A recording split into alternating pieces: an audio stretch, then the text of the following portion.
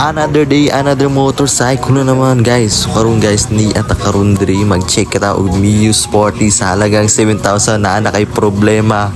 Yati pag-abot na mo diri guys, this kami unsa man ni oy. Sa picture wala man na, naka stance concept man din ni oy.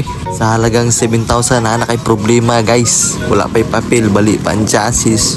What the heck? Pero gi-check ra lamang na mo guys. Ako man tayo interested mo palit ani, pero pag check na ako, I'm so disappointed. Pero to tropa, interested pero lain na ginatawag guys. Ngiliad niya pag building ana pagbalik dili na.